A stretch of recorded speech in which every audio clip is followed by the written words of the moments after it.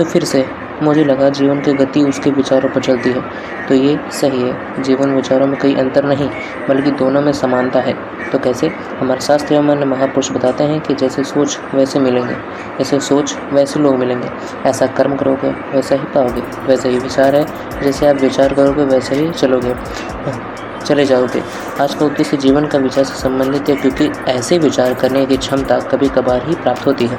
क्षमता की बात ही महत्वपूर्ण है। जीवन का उद्देश्य किसी चीज़ को हासिल करना या प्राप्त करना होता है, चाहे वह किसी चीज़ वस्तु को हो, चाहे भगवान को पाना ही क्यों न हो। विचार मन एक साथ मिलकर एक ही लक्ष्य की ओर लग जाते हैं तो जीवन का सुगम और हर्षदायी हो जाता है। ऐसे इच्छा का महत्व हम कम और क्रमशः देते हैं। इच्छा यानी मोह, गुस्सा, चिड़चिड़ापन, ये इच्छा का शाब्दिक अर्थ है। इसलिए इच्छा नहीं तो संकल्प ही सही दिशा और अन्य भिन्न तुमको बनाएगी।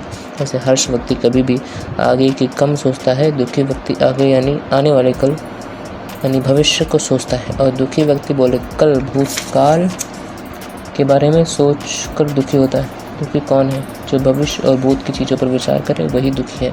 सुखी कौन?